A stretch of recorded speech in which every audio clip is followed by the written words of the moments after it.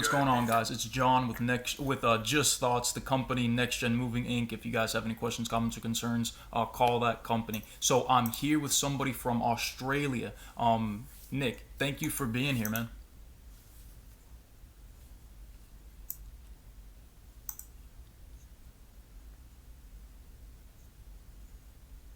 You still there, Nick? Yeah, all good. Thank you for having me. Oh yeah, absolutely. All right, so some of the things that are going on here in the United States, like we just found out that our president and our first lady have COVID-19. I'm guessing you guys over Yeah, in yeah, I think Australia are it's a bit having delayed. It's like your camera's moving, but yeah, the audio's. there's a lag between the audio and the video itself. Are you guys having a lot of difficulty right now with the coronavirus? Yeah, I was informed about that recently with my friends. Mm. Um, Sorry if this is a bit delayed, but yeah. So to address the question on the if I knew that he didn't have coronavirus, yeah, I heard about that today. And specifically in Australia, yes, we are still having issues. Uh, so for states such as Sydney, Queensland, and Perth, everywhere else except Melbourne, have recovered quite well. Um, as I know, Melbourne is still struggling with recovery, specifically due to people not obeying restrictions. So what actually got implemented is we had stage restrictions. So I know that was stage four recently. Past few months has been implemented in Melbourne, to which full lockdown, only leave the house for essentials. Contact with friends is basically cut off, and the only way you can go to another household is if you need to give care. So it's actually been quite intense, and that's just because our cases have been so high, transmission's been so high, and nobody's listening. So it's getting better now to the point where cases have lowered, but we are still struggling. So yeah. Yeah, one of the problems that we've seen over in the US is that like we feel as if there are certain liberties that might be being taken advantage of due to the coronavirus. And one of the problems that I can see in the future is that if we have a situation in the future where we have something like a dictator type president or somebody that was more focused in on making sure that he can assert certain amounts of control, like this would probably be the best reason for him to be able to implement those ideals. Like a virus or something of a health concern isn't necessarily something that you can combat with any type of policy and legislation. And so, what do you think are some things that we can do collectively, not only with you guys over in Australia, but over in the US, just collectively as individual citizens that want to protect their rights to prevent these situations from arising in the future? Okay, that's actually a good topic to talk about because we've had a similar situation here. Not specifically in Sydney, but specifically in Melbourne. So our premier, so the state leader, kind of similar to way, not I wouldn't say Donald Trump level, but similar way that he's taken as a dictatorship. And I understand the point of freedom being taken away, and I know that's a big issue that's been talked about. Um, so I'm not too sure about the situation over there, but here, police did get increased, basic increased power. They're able to do more. Um, Specifically, arrest on site just for seeing you out of the house, seeing you in groups, like mass gatherings. Anything over two people is considered a mass gathering at this point. Um, so, in terms of that situation, I understand the arguments of our rights being taken away, but um, personally, I feel that yes, we do have rights to our own freedom, and I know that in America, um, freedom is a very big thing, and that's true. That's the same for everywhere else. But I know that in your constitution, that was a very big part of it. Absolutely, 100%. Yeah. So clearly,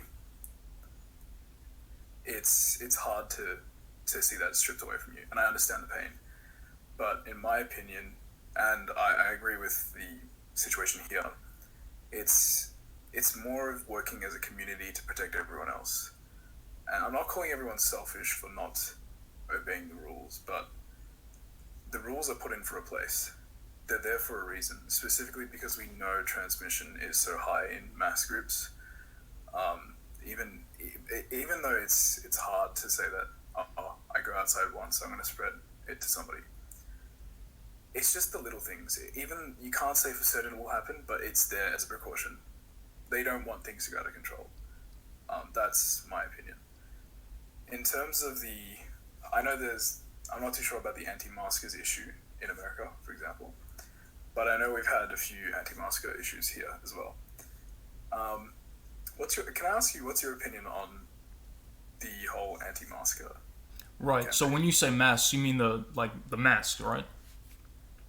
Yeah, yeah. So Right. surgical Okay. So masks. I think so. This is my personal opinion, right? A few months back, I received an email from China about a guy. He basically had said that the reason that they wear masks isn't necessarily to prevent them from getting cancer from the smog that they've developed due to becoming an industrialized nation, but it's due to the fact that you can essentially control people's perception of each other in the emotional intelligence sense. And once you can control people's emotional intelligence, you can't necessarily get an insight or get a view of how they feel on an emotional level. And once you create that disconnect, you can essentially run over any. You can essentially control the majority of people because nobody can understand how each other feels. And so I think that there's a subliminal messaging that's going on between having the masks and not having the masks. Now, at the same time, just like you had mentioned, like there's a transmission rate that absolutely has to be understood. Right now, if you look into like the evidence that's been shown between the two different the areas that have been most heavily hit, you can usually see how there's a direct correlation between the people that are getting sick and the people that are dying, right? So what that connection that's being made has to be like brought to people's attention that it's not necessarily impacting everybody in the same format, right? So what are the commonalities? My question is, what are the commonalities between the people that are being infected, the people that are dying, right?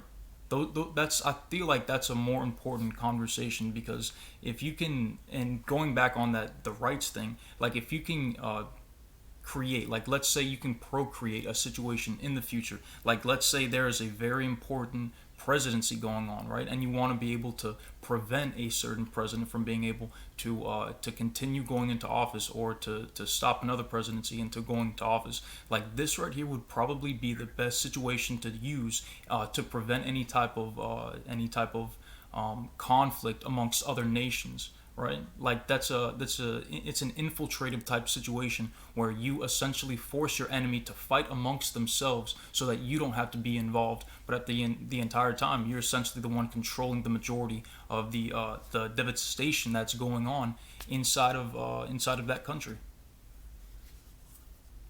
Okay. That was a lot, but well said.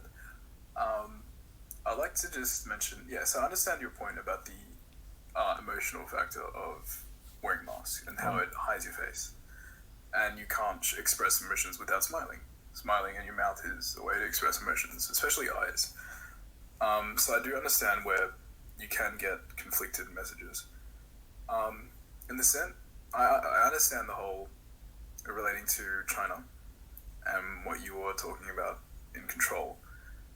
Um, but I'd like to question, it's just say in a hospital, like not even a hospital setting, but I think we should mainly focus more on its actual medical use rather than. I know it's important to take care of people's emotional well-being, mental well-being, but especially physical well-being, which is what we're talking about in terms of coronavirus, and that's why it is essential to wear a mask, specifically because we do know that infection rates. There is actual evidence as well. If you just search up papers on PubMed or wherever you want to source them from, I feel like our two arguments, not even arguments, but just our two ideals are different. So you're focused on more the political side and society side. Well, I'm more, I personally, in my study as well, I'm more the science side. So that's why I feel like I have more arguments in terms of the Right. science related and medical related things. Right. So you're more Yeah. focused on it being like an actual pandemic that's essentially being able to like kill off large amounts of the population. Is that correct?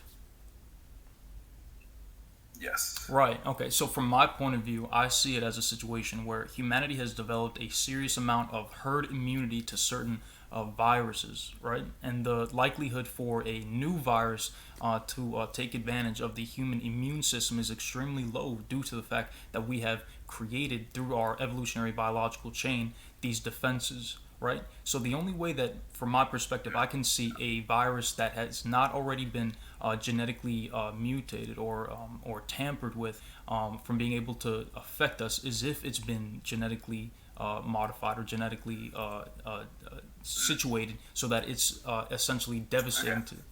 That's from my perspective. So That's the are you scientific point of view behind okay? it. You're familiar with Okay. herd So do you think immunity, that right? the second, sorry? Are you familiar with herd immunity?